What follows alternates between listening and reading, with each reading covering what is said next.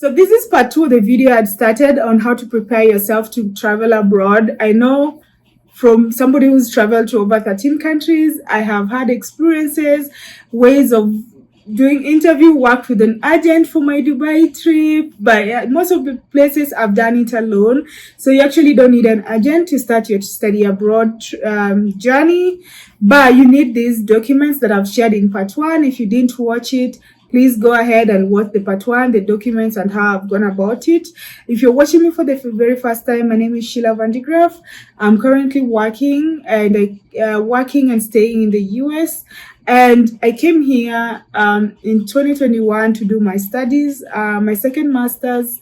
And I'm so lucky that I finished that with flying colors and I got myself a job. So this channel is more about study abroad, visa, scholarship, work abroad right now, with opportunities that are coming up, question and answer.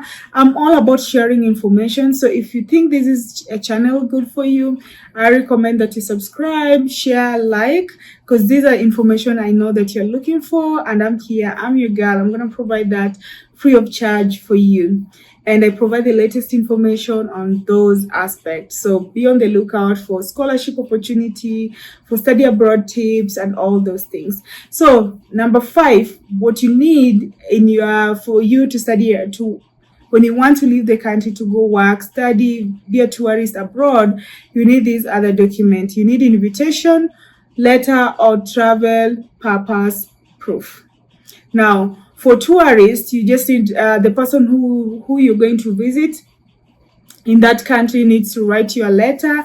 They put their identification, maybe it's an ID or passport number, copy of their passport page, and they indicate if they're going to sponsor your stay and for how long. I recommend, normally, if you're going for tourists, you don't need to stay longer. So normally 2 weeks, 1 week to 2 weeks is maximum. That's what I've seen people putting in as their duration for tourism. But if you have more money and you want to stay longer and they're hosting you for longer, so be it. But I've seen 2 weeks as a standard duration. So they will send invitation letter with all those details. So they'll also send their names, the official names on that. So just make sure if somebody's inviting you, they have to put in their ID. They have to put in their names, official names, and they also have to share with you a copy of their passport. The other thing is that they also indicate the relationship to what's your relationship with that person? How long has the relationship been? And most cases, some people always want to see more proof. So you can even share photos of friendship or just anything that will prove. If it's your parent, you can show birth certificate and all that. For students, if you're coming to the US, you have those documents that show that you're going in for study. Please make sure that you have them when you go for your visa interview. Number 6 is proof of accommodation. This admission likely, but it's always important when you go for your visa interview, they might ask you where you're going to. Don't forget the university name. If you still don't have accommodation and you're traveling to the university, because they always help students with getting accommodation. For my case, I indicated my university because my accommodation wasn't affirmed by the time I was going for the visa interview, and they understand. So just make sure you have the address, you have exact address when you go for that interview. Make sure that if some family is hosting you, make sure that you have the address. You have reservation letter. If there's a host, you have a letter from the host indicating that they're going to accommodate you.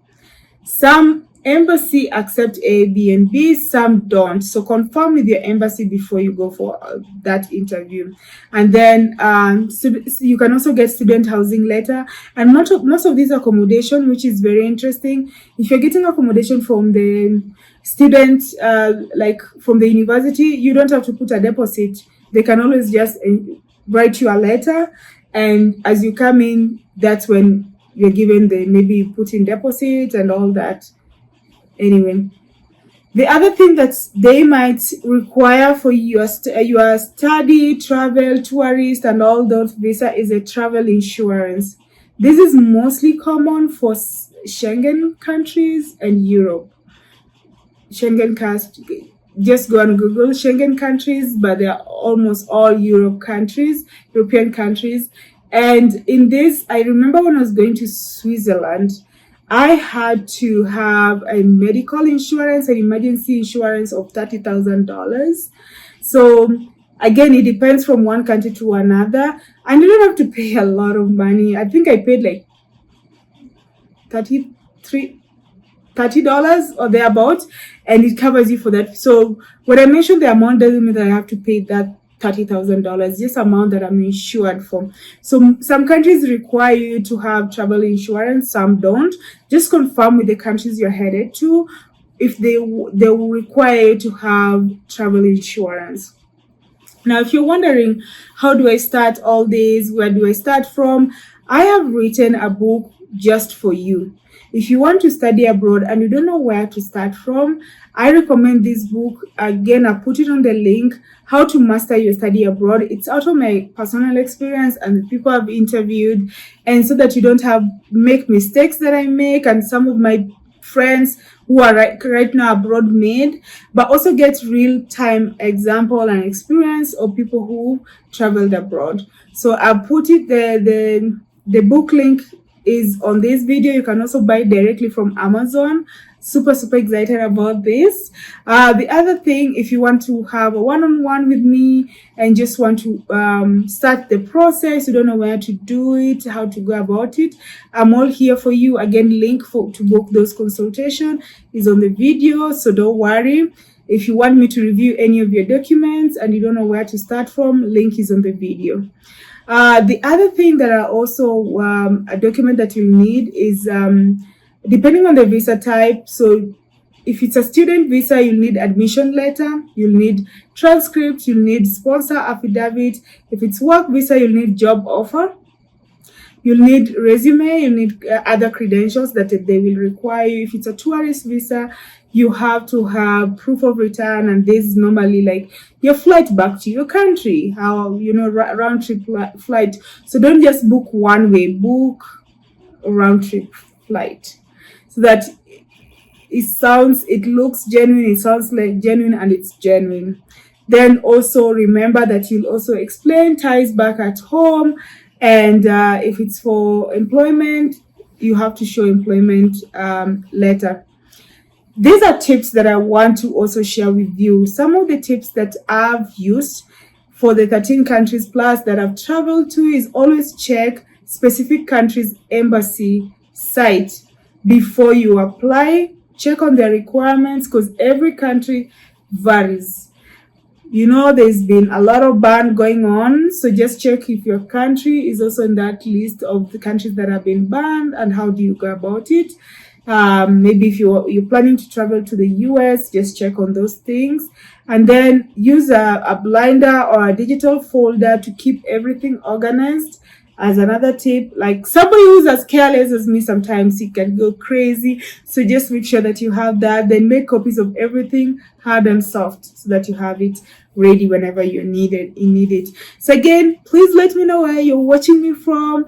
Tell me your plans. Do you have a passport ready? Have you watched part A, or you just got to this part B? What interests you? What's your plan? Like, why do you want to leave your country? Put in the chat what excites you about your next travel, and where do you plan to travel to. Thank you so much. It's always a pleasure. I wish you the very best of luck. By you starting this process, you've already started the journey. Please share with me those excitement, those good news when they come through. And I wish you the very best of luck. Be blessed.